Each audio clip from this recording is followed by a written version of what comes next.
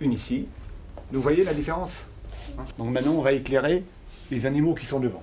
Des décors et des figurines prises minutieusement en photo selon un storyboard précis. Voilà une des ultimes étapes de la conception du livre. Pour la première fois, Pascal Martin, photographe attitré des éditions Artère, est accompagné de tout jeunes assistants. On travaille un petit peu plus lentement parce que chaque étape, on est obligé d'expliquer un petit peu ce que l'on fait au niveau lumière, au niveau cadrage, au niveau mise au point, sur exposition, sous-exposition.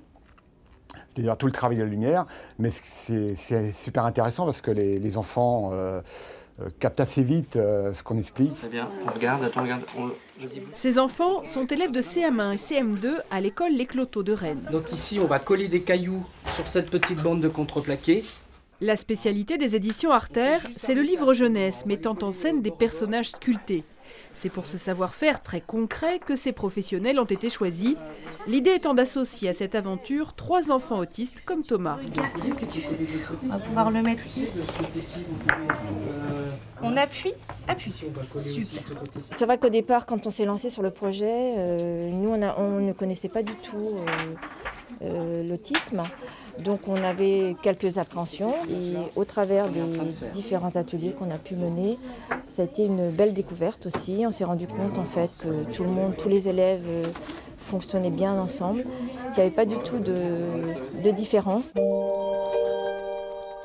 Et cette complicité s'est construite au fil des sorties.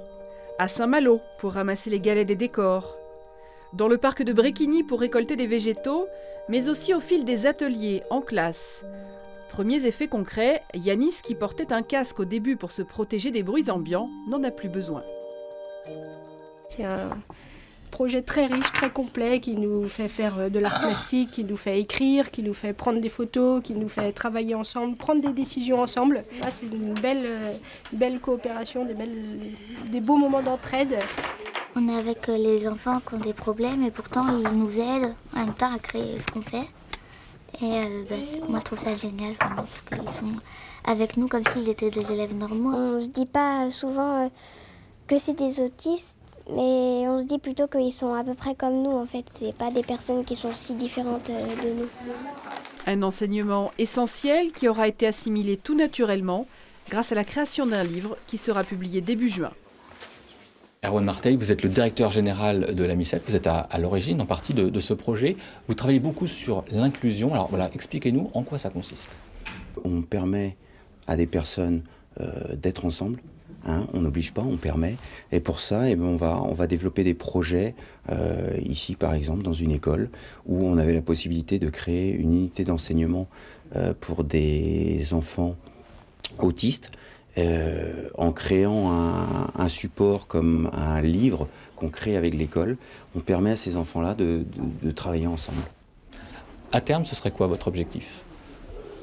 C'est simplement permettre à ces enfants-là d'être ensemble, mais d'être tous ensemble, et pas uniquement penser à ce public autiste qui a besoin de quelque chose. Je pense que ça apporte autant aux enfants qui étaient déjà installés dans l'école et qui trouvent un intérêt en devenant quelque part des tuteurs. C'est un moyen en fait de faire tomber certaines barrières qui peuvent exister.